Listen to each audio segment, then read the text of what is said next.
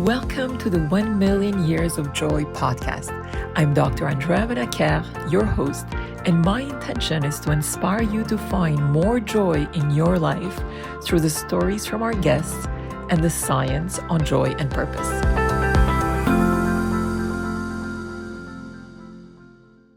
I'm delighted to introduce to you today Arbinder Pal, that I've known for many years, who's absolutely a phenomenal human being. She has had a stellar career in the aviation industry and has worked in Canada, the US, and India. She is currently a trade commissioner for Global Affairs Canada, and she is the most joyful person that I have ever met. Arbinder, welcome. I'm so happy to have you here with us today. Thank you so much, Andrea, for giving me this opportunity. And I feel honored that you think I am one of the most joyful people you've met. Thank you for that. And, from the first day we met, you have basically shown your beautiful smile, your beautiful spirit, and we worked for many years together. And despite highs and lows, I was always fascinated by your positive energy and your joyful attitude.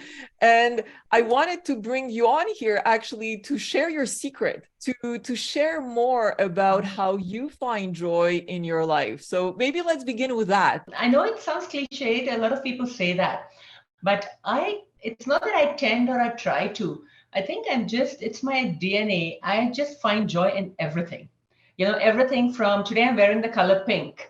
That brings me joy in a different way. If I'm eating something, I'm like so thankful. Sometimes and it's not happiness, it's more of contentment. I'll be thanking God for oh, thank you so much. You gave me this opportunity. And it could be the smallest of all. So whether it's work, I'm one of the few in my office who's excited on Sunday evening that Monday morning is coming up and I'm going to be working. So, I find joy in my work as well. And I think it's basically in everything that I do, right? From food to, of course, relationships to friends, etc. I guess it's going to be a language issue, but I want to quote something in Hindi. So Hindi is the national language of the country I grew up in. And so there is this one thing which, it says that छोटी छोटी बातों में आनंद खोजना चाहिए क्योंकि बड़ी बड़ी बातें तो जीवन में कुछ ही होती हैं. And to translate this, it says that, try to find joy in the small things you do in life, because there are such few very big things that happen in life. And I think it's so important. So for me, I also think the main source of joy is contentment. If you're content with what is happening and you go, oh, it could have been worse. This sounds good to me. So for me, that's what gets me going. And that's what helps me just, have that smile, because within me, I'm like all content and lit up. Can you share with us if this exuberance of joy and how you really find contentment in the little things, has this been present with you since you were born? Has your family spoken a lot about, when you're super young, you're always super happy with everything? Tell us a little bit more about that. Or were there some specific events in your life that basically has amplified the joy and the contentment that you feel? So no, my mother always said that she had complaints from school about me with the fact that, I was very reserved. I was to myself. And it was to the point where it was mistaken to be arrogance. And I would not mix around much with people.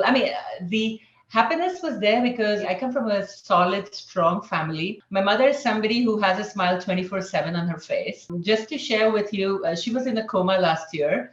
And then the first thing that happened when she came out of the coma was she was smiling and she was asking us about things. Hey, it's so nice to see all of you here. So I think, subconsciously get it from the family. But the turning point in my life was when, for the first time, I was by myself. I moved to Canada for further studies. I moved from Mumbai to Montreal. It was very interesting. It was a very different side of life. All of a sudden, it's I went through a low at that point because you're away from family, you're in a cold country, you don't know anybody, and everybody seems to be so into themselves. That was my initial reaction. And as I started to get to know people, I realized how selfless people are, because till then, all my friendships were a part of growing up. It wasn't like a new place, a new person.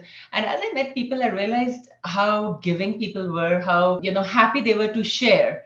And that kind of brought a 180. I cannot explain much, Andrea, but that brought about a huge change. When I went home after a year and a half for the first time, my parents noticed that change and they were so happy about it because I was never a negative person. I was always happy. But this whole thing of, being content because I did not take things for granted. I was given everything on a platter as I was growing up. But when I was by myself, I had to make sure I had to go out and get those things. And so that kind of changed my personality, changed my view on life. And this whole thing of, what's enough for you or enoughness or contentment, it started to build up after that. I love it. And thank you so much for sharing also what your mother went through. That must have been so challenging for the whole family. But the fact that she wakes up with a smile, I can now understand the connection. And I hope she's doing well. She is, absolutely. And as I'm smiling with you, we've had three of us in the family who've gone through earth-shattering medical illnesses. And as each of us gets on a phone call, like a birthday call, last week it was my birthday, so we get on a family video call, everybody's just smiling. Like one of them has an oxygen thing in the nose, and they're just smiling because it's like, there was a possibility I wouldn't have been here. So this is good.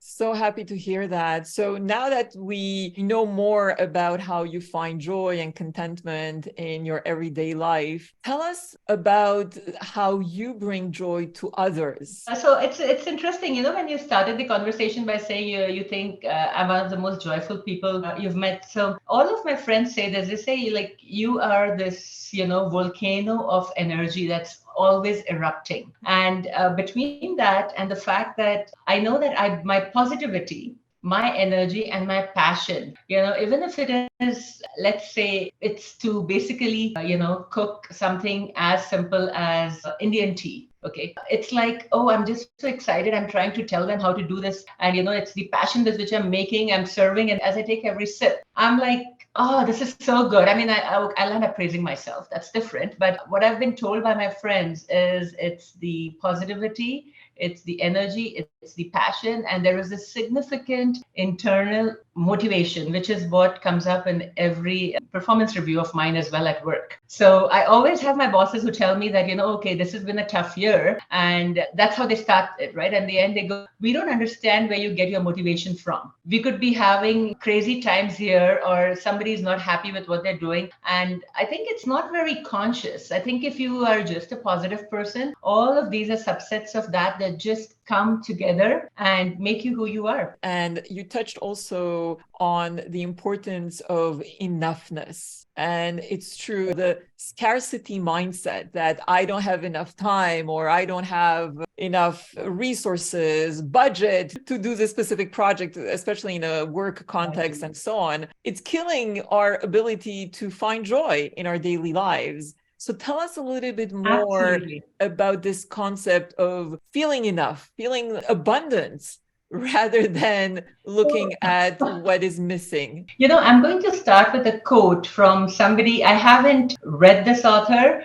but I've come across a few excerpts or, little quotes. So I'm going to quote one for you. What Roth says is that enough is not a quantity. And I think that is so important. And it's a relationship of what you already have. Treat yourself as if you already are enough. Walk as if you're enough. See as if you're enough. Listen as if you're enough. And that kind of, I think, is so important. And I guess this feeling of contentment also brings a sense of gratitude within you. Gratitude for me, it's something that it's very easy when somebody says, oh, I thank you for this, I thank you for that. But I think gratitude, it's exactly like happiness and joy. Happiness could be more materialistic. Joy comes from within, and often other people give it to you. It's the same with being thankful and gratitude. And when you have that sense of gratitude that you're so thankful for things that are happening to you and how fortunate you are, I think the enoughness or the contentment follows with it. Yes, I fully agree. And as you were sharing that quote, I want to share what you have on your LinkedIn profile, if I may. Oh, sure. Which is about your belief, right? And your belief is that life isn't about finding yourself. Life is about creating yourself. How beautiful. It is, yes. I think, Andrea, every day, each of us has an opportunity to create ourselves. So I'll give you an example.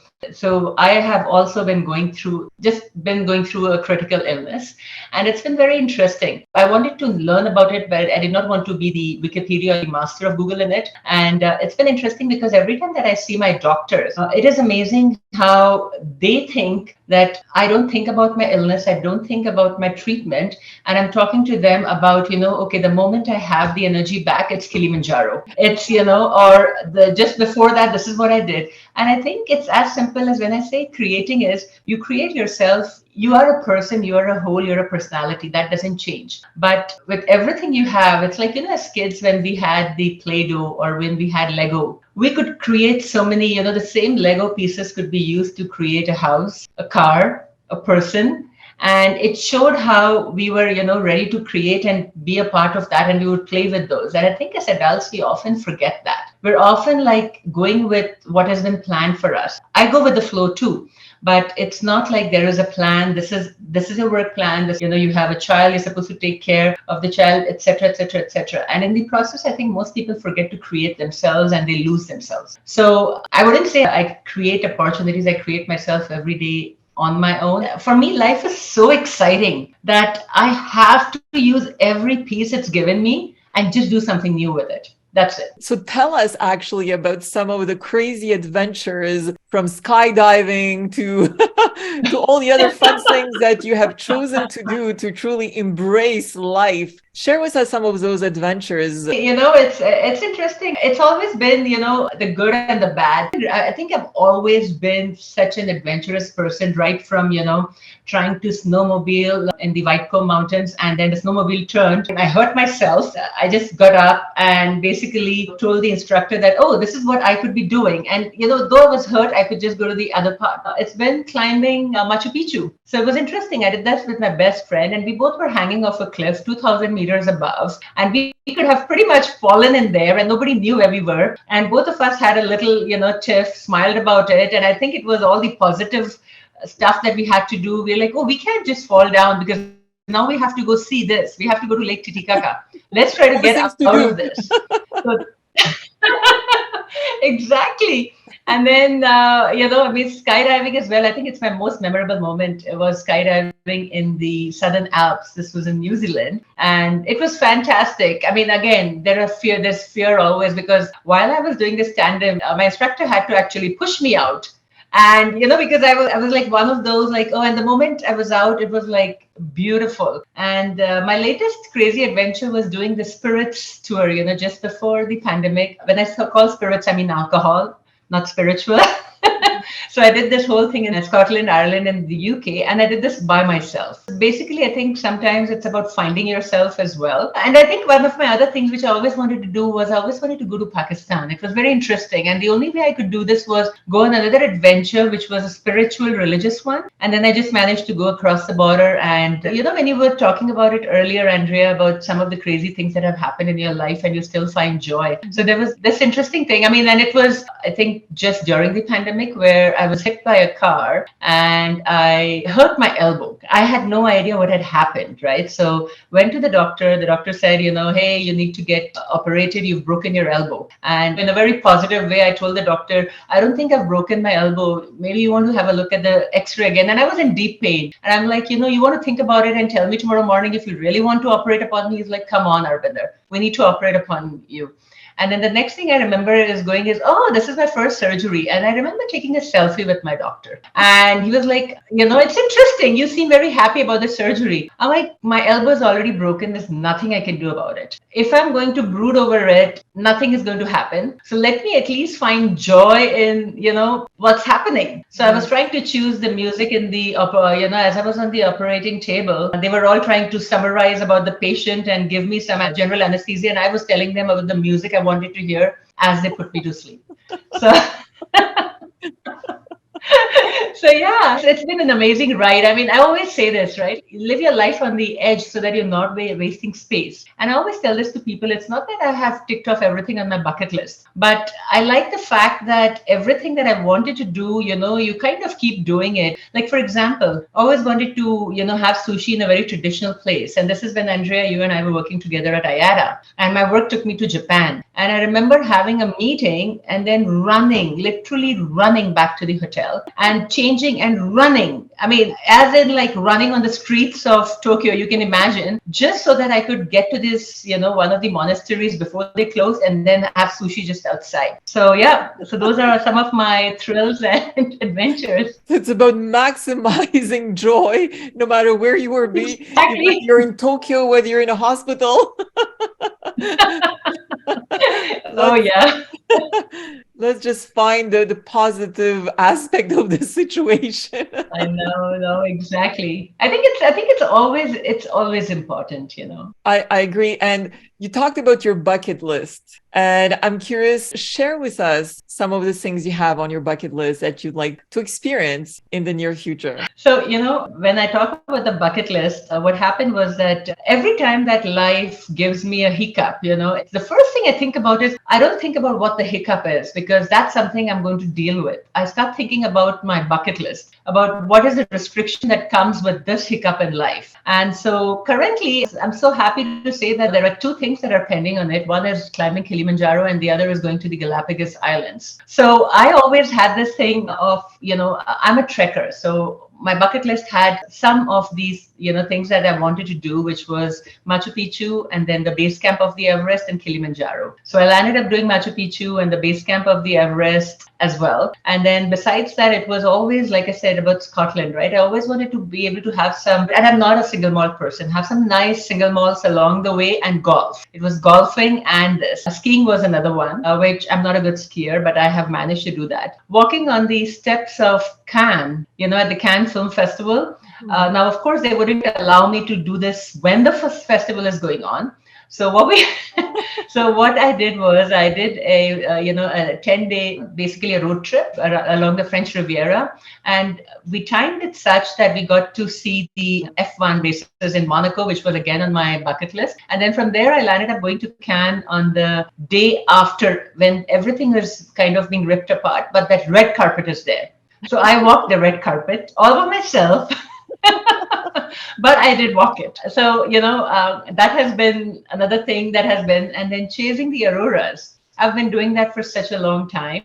So I've been chasing, and I recently, I was quite sick, but I made sure that I could do a road trip. And I landed up going up to the northernmost part of Alberta, which is Fort McMurray and beyond, which none of my colleagues or friends in Calgary have done, just to chase the auroras. I So, love it. so that was another thing that, I really, really wanted to do, and I landed up doing. I love everything that you've shared, Arbinder, and talking about the auroras. I mean, every single time I see pictures, because I have never had such an experience live, I'm just so much in awe with the beauty of nature, the universe, the sky is just extraordinary. I'm curious to know as to whether, was that a moment of awe for you when you're chasing the auroras and actually finding them? Because I also understand that you may be chasing them, but sometimes the weather conditions may not necessarily be there for you to actually enjoy and see them. So was that a marking moment in your life where you've actually experienced awe? Or is the list so big that we would have to talk for so much more? So the first time I saw the auroras was on a flight when I was flying from Montreal to Amsterdam, and we saw it throughout, and I myself was 30,000 feet above. So that was different. And what I saw on this trip, and especially I did see in Fort McMurray, but Slave Lake, which is again in the northern part of Alberta. My sister and I were doing this road trip chasing the auroras this time. And it was interesting because we came out of a Tim Hortons and I saw the full moon and I wanted to take a picture of the full moon. And I was so focused on the full moon that I did not see anything around it. And I took my camera, and in the camera, I could not see the moon. I could just see colors. And my sister pointed out to me that, oh, they're dancing, because they were literally dancing. And then we went to another spot where we could see it. And my first reaction was, I am so small and insignificant, because It seemed huge. It seemed fabulous. I always say that I love me. I think I am great. I look beautiful. And then you look at this and you're like, oh, there's nothing else on earth that you've seen that compares to this, right? But you also realize sometimes I think we take so many things for granted as humans, right? Because we think we deserve things, this is my right. I should be getting this. Every time I see the auroras, I realize how beautiful nature is. And it's like it's nature's way of, telling us things. I mean, think about it. Some lights dancing around in the sky. How do you explain that, right? My first reaction was, I'm so small and insignificant. And the next one was, it is amazing how much beauty has been bestowed upon us. And we sometimes fail to see it. And that's so true, Arvinder, because indeed our brains, have a negativity bias. It doesn't seem to apply in your case. No, it Positivity is. bias. But I was about to tell you that, maybe someday you really have to come to Calgary or you have to come to Alberta to see the Northern Lights. I've heard that they're so easy to see around here. They're just so easy. Absolutely. I'm going to be planning a trip and hope you'll join me so we can be in awe together. Oh, no, absolutely. Absolutely. That would be great. I think about it this way, right? The fact that I get to jump off a plane. And this was also the other thing was I was walking on the ocean floor. And this is when I was in Australia. So the Great Barrier Reef, right? So right from the top to the bottom, you kind of realize that you're at, I think I jumped off from 16,000 feet, right? And then I'm walking on the ocean floor. And then I went up to the base camp of the Everest, which was 5,800 meters. So you kind of are looking at how much of possibilities are. And I think that also just the magnitude of it, right? From the 16,000 feet to being underwater, you realize that I think that's the magnitude of opportunities we have, of chances to create ourselves and of joy. So if you're able to see that, life just becomes more beautiful. Life is beautiful to start with. So, I think the joie de vivre is so important in life. Fully agree. So what would we need to do collectively, Arbinder, in order to elevate the joy that we all experience in our daily lives? I know that in my little world, I am different. I know that that's a very small subset of, what the bigger one is. And I think for people, it starts at very young age when, you become very competitive and it becomes all about yourself. And that's what I think along the way, we start to lose sight of everything. We think as a person, we think as a family, we think as a municipality, we think as a country, right? And that's where the differences come in. So I think you and me in our very small way can be more, I don't want to say giving, a lot of it is again very cliched, but the mindset that you have, right? And you can inculcate this in your children to start with. I'm a part of, the Children's Cancer Research Society over here. And when we work with other people, so sometimes I would be with volunteers who are students who've just come here from some other country and they're struggling and they're doing things. I'm not talking about giving in terms of, okay, I'm going to give them tips and all of that, but it's just about trying to assimilate together I would say for a greater good. Andrea, I mean, I guess your work and your research on this is going to bring back a lot more. But I think collectively as people, our very first step is, again, I'm going to go back to that whole thing of contentment. And it doesn't just come because I say, Andrea, you need to be content. It's not going to happen, right? I'll say, oh, Andrea, you have enough, I have enough, let's be happy. It's not. But it's basically, I think, starting at a young age where we are able to tell people, we're able to tell our children, we're able to tell the next generation about, we share things, right? Like, this is how I grew up, but it's all Facebook shares. There'll be a VCR and they're like, hey, it's Netflix now, it was VCR then. But it's this whole thing of trying to say that when we had nothing, still we survived and we were happy. And that kind of goes on. So yes, and I so agree with what you're saying. And I think it's also feeling this oneness rather than the separation among ourselves and just diving more deeply into embracing our humanity, irrespective of where you're coming from, what age you have. all those things or labels that we often use to define individuals are almost not Absolutely. necessary, right? This actually brings me to the question that if we were to take away a lot of the labels, your diplomas, your name, your point of origin, where you were born, how would you define yourself? How would Arbinder define herself in a couple of words? Sometimes it's like it's not how we define ourselves, right? It's how our people around us define us, right? I have two things that my friends say. I'm going to say, so one is a set of friends in India. So this is going to be in Hindi. And then there is a set of friends here. So my set of friends in India always tell me that, so in Hindi, it is मैं अपनी favorite हूँ, which basically means I am my favorite. That's it. So I think that kind of brings out, everything in me. And if I have to go with words, like very specific words, positive energy, and I would say passion for everything. And I like the fact that when my friends, so some of my friends have been visiting me, during my illness. And it's been interesting because they're like, it's amazing that, even though you are sick and we're here to support you, we need that shot. So they call it I'm very fond of collecting shot glasses. So they call it a shot of Arbinder. So it's a shot of Arbinder in terms of energy, in terms of, excitement. So I don't know if this answers your question, but these are some of the words that, describe me. Thank you so much for sharing that. So a final question that I have for you. If there would be anything that you could change in your life, would you change anything? And if yes, what would Oh that no. be? Oh no, no, no, no, no. The fact that I was born in India, it's not very easy, at least when I was growing up, not very easy for girls to be growing up and having the same opportunities. So you hear people say sometimes, like I wish I was a boy, I would have had more opportunities. I'm like, I wouldn't even change that because all the struggles that I went through, and it wasn't struggles at home.